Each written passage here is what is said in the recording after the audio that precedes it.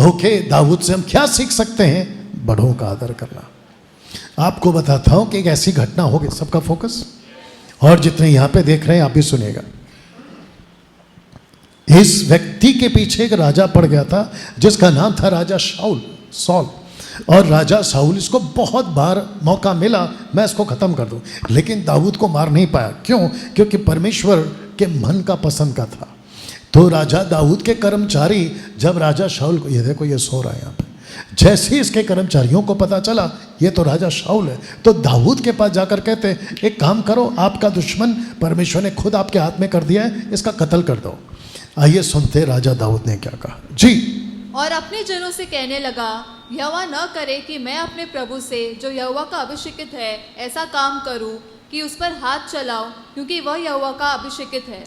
अभिषिक्त है, अभिषिक्त। एक साथ बोलो, वह यहोवा का अभिषिक्त है। वाह। अभी कुछ लोगों को यहां पे तकलीफ हो सकती है, इसको मैं उसको भी ठीक कर देता हूं, और आपको भी और सबको, और आगे का अगर किसी को तकलीफ होगी तो उसको भी। यहां बैठा हर कोई अभिषिक्त है, कोई पास्टर, कोई मैन ऑफ गॉड, कोई बड़ा pastor A grade, B grade, C grade नहीं होता। हम सब के सब, आगे बोल दो, अभिषिक्त हैं। बट इस केस में राजा दाऊद कहता है मैं इसके ऊपर हाथ नहीं उठा सकता, क्योंकि ये जो यहाँ पे लेट, अच्छा इसने मेरे साथ में कितना ही गलत किया हो, लेकिन मैं इसके ऊपर हाथ नहीं उठा सकता। तब जाकर परमेश्वर कहता है इसीलिए तो दाऊद मेरे मन के हिसाब का है। इस व्यक्ति ने, इसको मौका था किसी को बदले पे बदला देना, इसको मौका था उसका कत्ल करना, लेकिन नहीं किया। इसने कहा मैं इस व्यक्ति के ऊपर हाथ नहीं उठा सकता।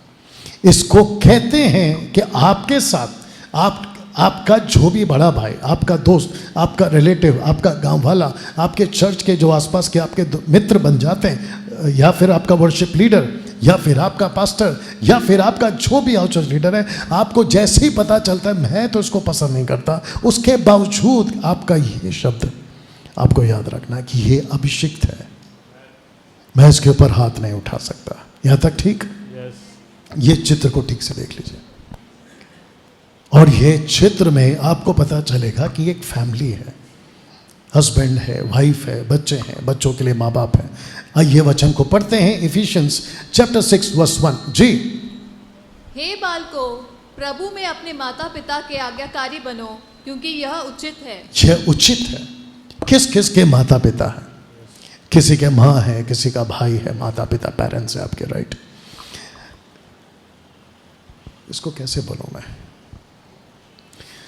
ओके इसको मैं समझाने की कोशिश कर रहा हूं, शब्द को कलेक्ट करने की कोशिश कर रहा हूं। किस किस को पता चलता है कब? जब बीतती है आप पर। ओके, लगता है ऊपर से गया। आपको कब पता चलता है कि भाई यार ये तो बहुत इंपॉर्टेंट था? जब आप पर बीतती है। अगर आपको मैं अभी कहूं कि बड़ों का सुनो, अगर वो चीज आप पर नहीं बीती, क्योंकि आपकी कोई नहीं सुन रहा है, तब तक आपको पता। लेकिन जब आप बड़े हो जाते हो और जब आपकी कोई नहीं सुनता, तब पता लगता है यार। और ऐसे टाइम पे आपको याद आता है आपके पुराने सब माँ बाप, दोस्त, बड़ा भाई, छोटा भाई, है ना, वो सब याद आते हैं, और तब आप कहते काश। लेकिन तब तक बहुत देर हो चुकी है, या तो वो मर चुका होता है, या तो फिर आपको मौका नहीं मिलता है, और फिर कहते हैं कि जैसा बोओगे वैसा काटोगे। इस वचन में आपके अगर माता पिता हैं, लिखा है कि उनके आज्ञाकारी बनो, ये उचित है। इसको भी पढ़ो आगे जी। अपनी माता और पिता का आदर कर, अपनी माता और पिता का आदर कर, हाँ, यह पहली आज्ञा है जिसके साथ प्रतिज्ञा भी है। इसको भी पढ़ो और फिर क्लियर करता हूं कि तेरा भला हो और तू धरती पर बहुत दिन जीवित रहे।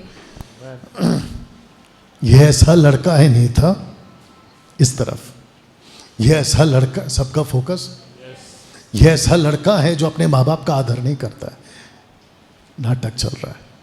यह ऐसा लड़का है जो अपनी माँ को इज्जत नहीं देता, और फिर पुलपिट पे खड़ा होकर कहता है कि परमेश्वर मैं आया हूं तेरी आराधना करने के लिए। शब्द को नीचे ठीक से पढ़ो, तेरा भला हो और तू धरती पर बहुत दिन। मेरा एक क्वेश्चन है, अगर ये अपनी माँ का या पिता का रिस्पेक्ट नहीं कर रहा है, आदर नहीं कर रहा है, या उसका अधीन नहीं है, परमेश्वर के पास में कैसे आएगा?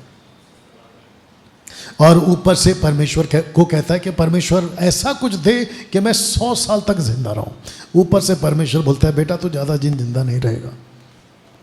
बोला वो क्यों? बोला क्योंकि तू जो प्रॉमिस है ना एक्सोडस में, उसको तू पूरा नहीं कर रहा है। आप है मेरे साथ में? इसको कब एहसास होगा कि माँ बाप का बात सुनना चाहिए था? जब ये खुद माँ बाप बनेगा, और जब इसके बच्चे इसके विरोध में आएंगे तब इसको पता चलेगा ओ। और तब तक तो बहुत देर हो चुकी, ये वापस नहीं जा सकता है। कितने लोग समझ रहे हैं मैं क्या बात कर रहा हूं? अगर इस वक्त यहां बैठे बैठे आपको यहां पे एहसास हो रहा है, कल रात को ही मैंने झगड़ा किया, कल रात को ही मैंने बुरा भला कहा, कल रात को ही मैंने कुछ ऐसी बात बोल दी जो कि ठीक नहीं था, वापस जाओ घर पर और चीज को ठीक करो। अगर आप ऐसा नहीं करते हो तो लिखा है कि आपका भला नहीं होगा। आप कितना भी हाथ पैर मारते बैठो, कितनी भी कोशिश कर लो, आपका भला नहीं होगा। आगे देखना चाहते हो जी? इसको पढ़िए, लिखा है कि हे बालको, सब बातों में अपने अपने माता पिता की आज्ञा का पालन करो, क्योंकि प्रभु इससे प्रसन्न होता है। ओ करो नहीं, अगर करना चाहो अगले हफ्ते।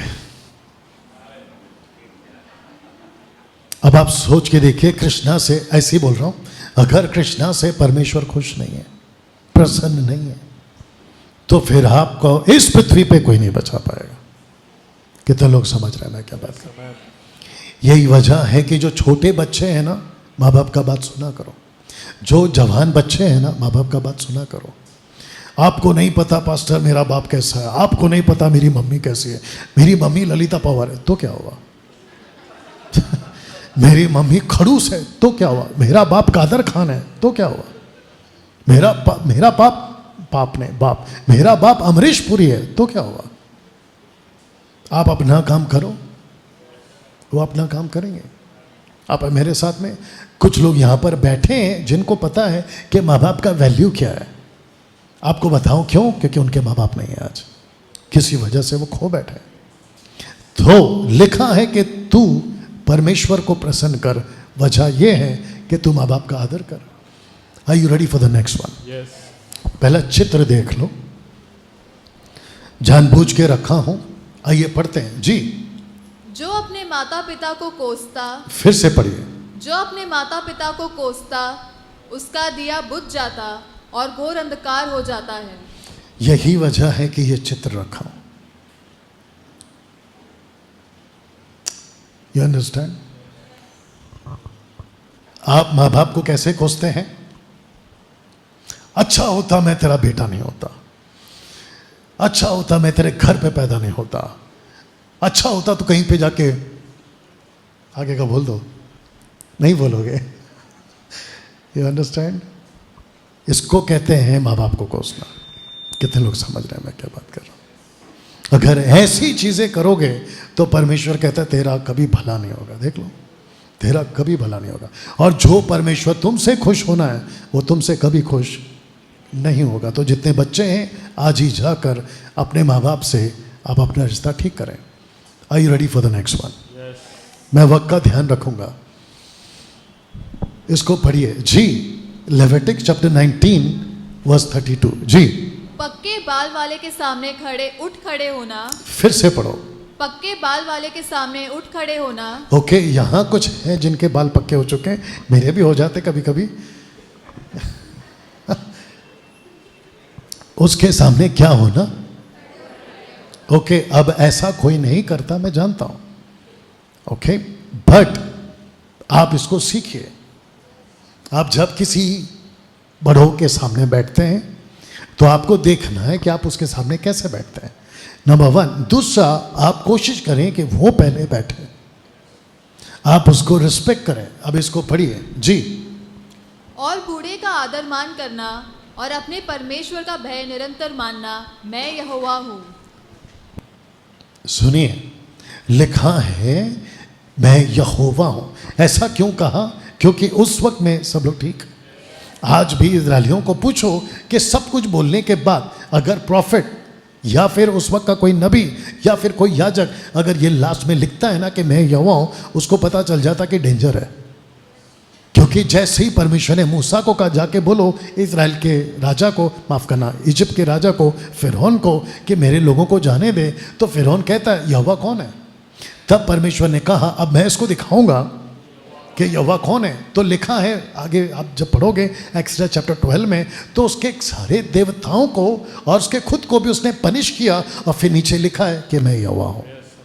तो जब जब लिखते हैं कि मैं यहोवा हूं, जैसे ही, एक छोटा एग्जांपल देता हूं समझ में आना, आप जैसे ही आपका फ़ोन बजता है और जैसे ही घंटी रिंग करती है और आपने फ़ोन उठाया और सामने वाले ने कहा मैं पुलिस बोल रहा हूं, पुलिस, आपके दिमाग में क्या आता है? अरे वाह, केक का पैकेट आ गया, है ना, केक का पैकेट आ गया, या फिर आपका कोई पार्सल आ गया। जैसे ही पता चला पुलिस वाला है, आपके दिमाग में क्या चलता है? कुछ तो गड़बड़ है, कुछ तो हो गया। और आपकी वहीं पे बोलती बंद, जो अक्सर लोग हाथों से तालियां बजाते हैं, जैसे उसने कहा मैं पुलिस वाला हूं,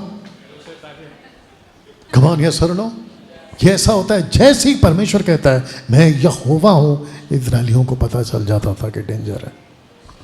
are you ready for the next one?